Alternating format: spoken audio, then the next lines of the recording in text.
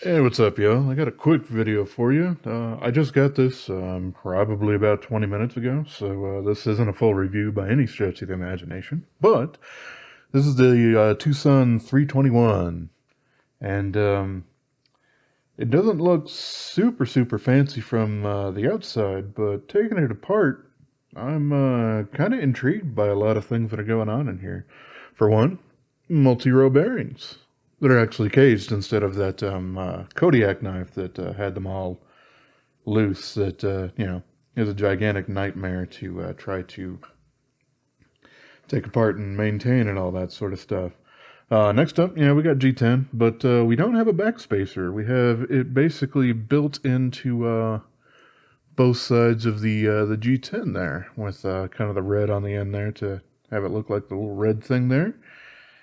And yeah, we got some skeletonization going on in there, but a lot of internal securement between that, and then of course what you would usually use as the backspacer doesn't actually touch the nested liners in here. So yeah, it's kind of a step up for some of their cheaper knives, and by that I mean less expensive. Blah blah blah. We all know what cheap means.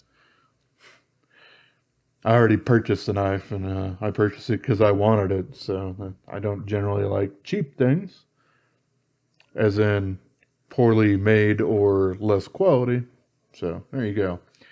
But yeah, multi-row ceramic bearings. That's cool. It's got a D10 or a D-shaped pivot on there. Cool. We got a little bit of skeletonization going on there, and we have a little bit of black stonewash on the liners and black accents on the blade before the satin grind going on there. It was pretty cool. Also, these multi-row bearings, they're half nested in the blades and half nested in the liners. And yeah, overall, because of that and the inset liners and all that sort of stuff, it's pretty darn cool. It is a little strange in the construction, as you have like basically what kind of looks like another pivot going through the middle that's actually securing part of the handle scales over there. But yeah, here, let me get that back in there. We can slap this guy back together. Start with the actual pivot. Seeing as how this has a quite a high number, I probably won't get around to doing a full review on it like I would with many others, because it's got such a high number, and I'm on like 200 or somewhere around there. So yeah, keep that in mind, I suppose. Let's see, I didn't secure that in place, so I'll go ahead and do that.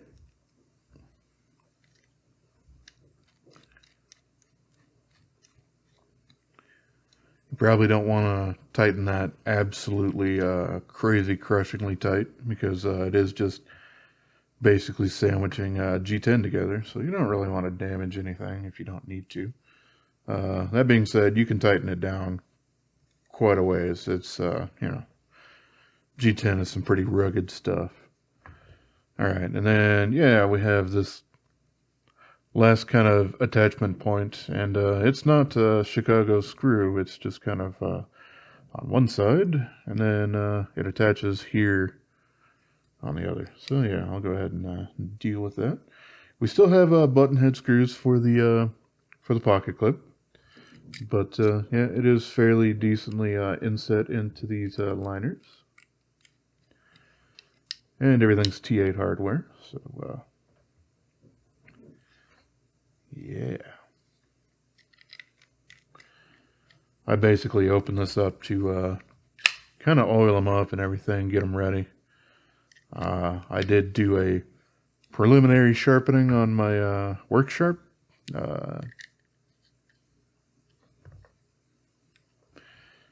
Ken Hunnion edition blade grinder, blah blah blah.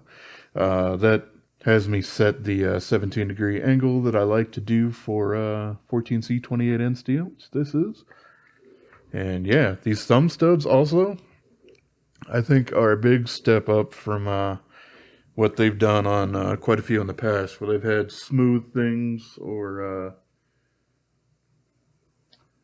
something that's just not super easy to deal with. Kind of looks a little bit like a beehive, maybe the Sky Castle level in Mario Brothers 3 or something like that. Reminds me actually quite a bit of the thumb stud kind of things on the Benchmade 940 here, but kind of like that CGRB Rhea. This thing almost feels like it's assisted. Now, because it's got the blackened liners and everything on there, it's actually not the absolute most smooth knife out of the box. This will need a little bit of breaking in, but man, that deployment is amazing. It's just absolutely fantastic. And we got a secondary choil, which gives me actually enough room for my middle finger to get up there. So yeah, I'm liking this guy quite a bit. Obviously, I haven't cut anything with it, but a couple of pieces of paper yet. But you know, the actual design and everything, quite comfortable so far. Doesn't really have any jimping on the back or anything there, and you can kind of curl your thumb around that back end thing. So reverse hammer grip, if that's kind of your thing, it would work out all right. Probably not the absolute best for it, but very, very serviceable.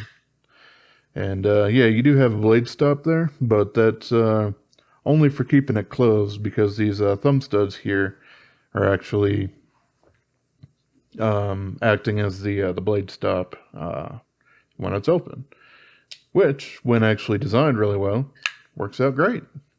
When it doesn't, it's a problem. Something you always want to keep in mind with that, though, is if these things ever do get kind of loose, you end up in a bit of a problem there. Because if you lose those things, you know, one of them falls off or something like that, you're kind of in trouble. However, with this not having any other deployment method, you would have to turn that into a two-hand opening knife anyway.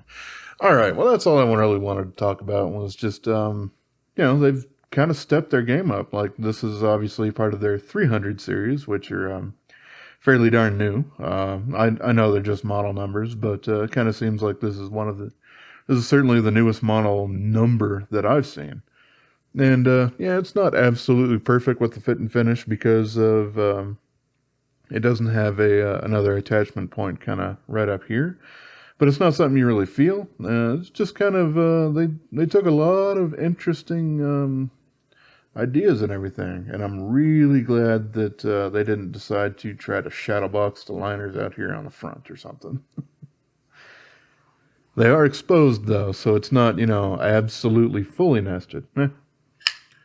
That's all I really wanted to talk about. Was I got this guy, opened it up, and was quite surprised with what I found inside. So, alrighty, as always, I appreciate y'all for watching, and I hope you have yourselves a wonderful rest of your day, yo. Subscribe.